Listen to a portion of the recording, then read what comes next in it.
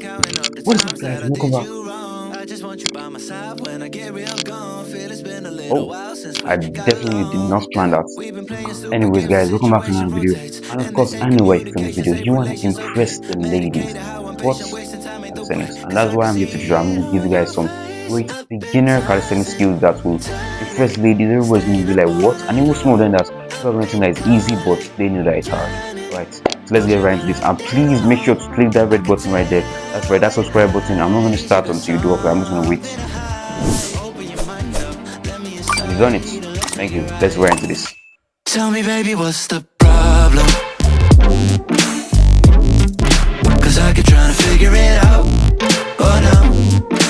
So the first move that we have is the planche push-ups. Anyways, just learn on how to actually do the planche push-ups. So the first thing is to actually get your fingers not like this, but actually here where your thumbs are sticking, are pointing out, and then you can actually grip the floor as well.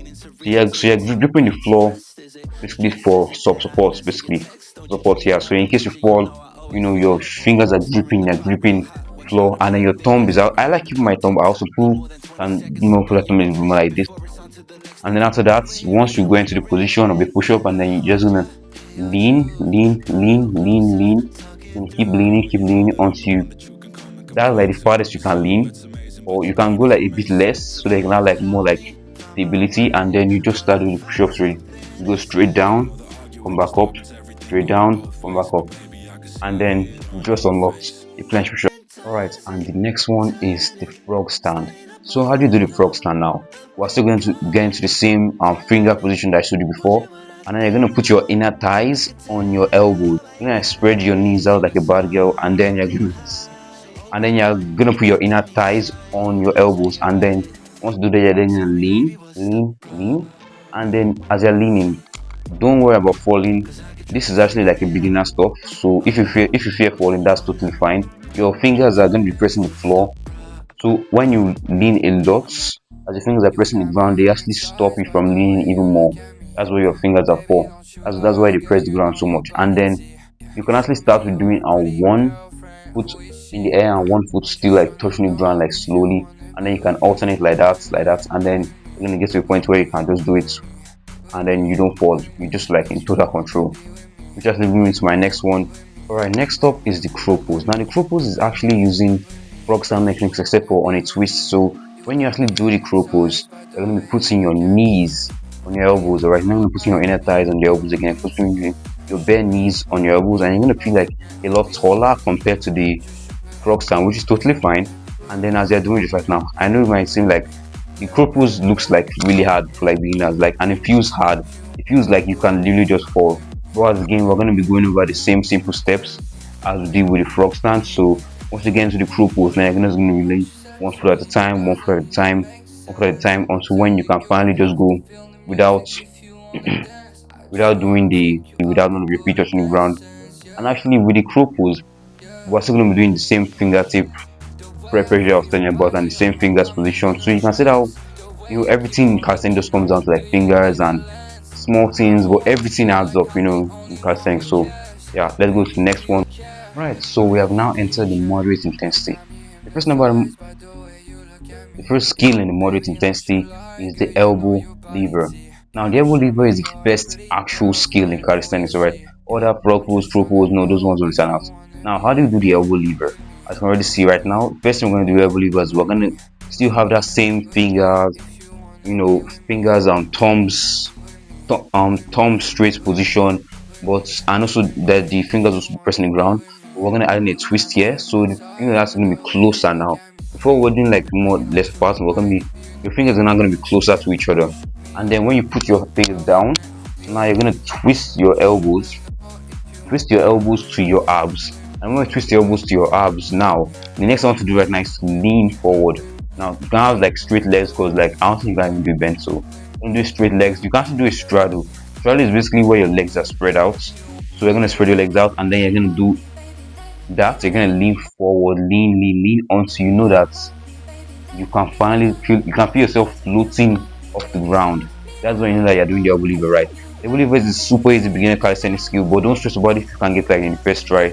It's really easy, and I know you're going to get it. So let's go into the next skill. So the next one is the headstand. Now the headstand is actually not a handstand, but it's a handstand where your head is actually going to be the third thing that's going to be holding you down. So this one is a lot more easier than the handstand. So what do you get into it? You can either get into it using your crow pose or the frog pose I taught you earlier.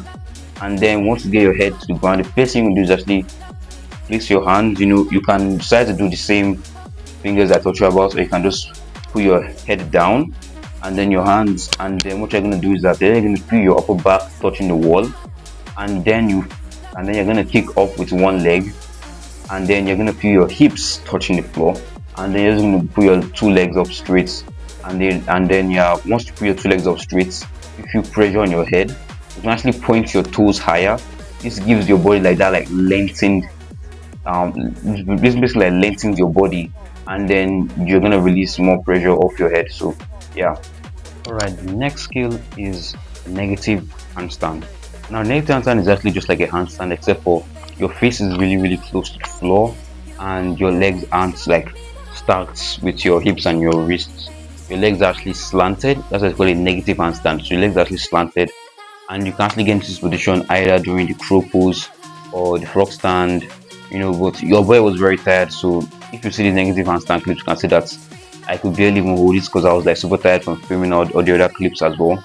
But I do have some other clips of me doing negative handstand, so you can see the way I do it. Like negative handstand is honestly a skill that you can do. You have to get like slowly, and holding it takes a whole new thing, and I don't have this whole video to teach.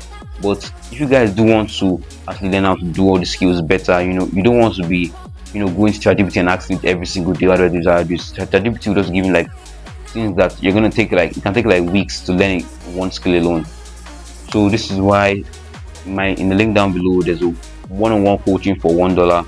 If you guys are fully interested, it's only if you're interested. If you're not interested, it's totally fine. You can keep watching these videos. I'm gonna keep posting no matter what. So yeah, let's get into the next skill. All right, next skill is part of the high intensity, and this is the L sit. I know a lot of beginners have heard of the L sit before. The L sit is probably like the one skill that all the beginners are trying to learn.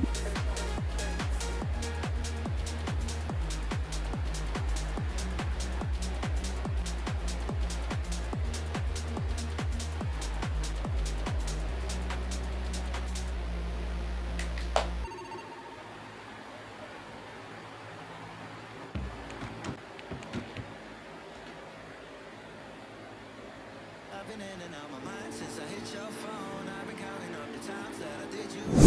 I just want you by my side when I get real gone. It's been a little while since we got along. Yeah, we've been playing stupid games.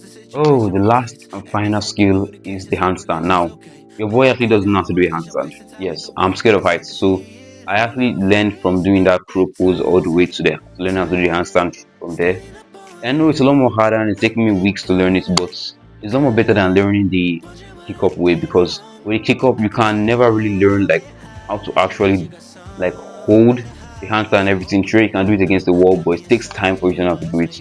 But when you're learning from the crow pose, the way I'm doing it, crow pose, negative handstand to handstand, you're basically learning the handstand mechanics and handstand push-up mechanics and like transitions from the L sit to handstand and elbow lever to handstand all at once. That's why it takes a long time, but it's really hard. So we're gonna move over to a clip of me trying to do the handstand right now. So yeah, pray for your boy because this thing is hard.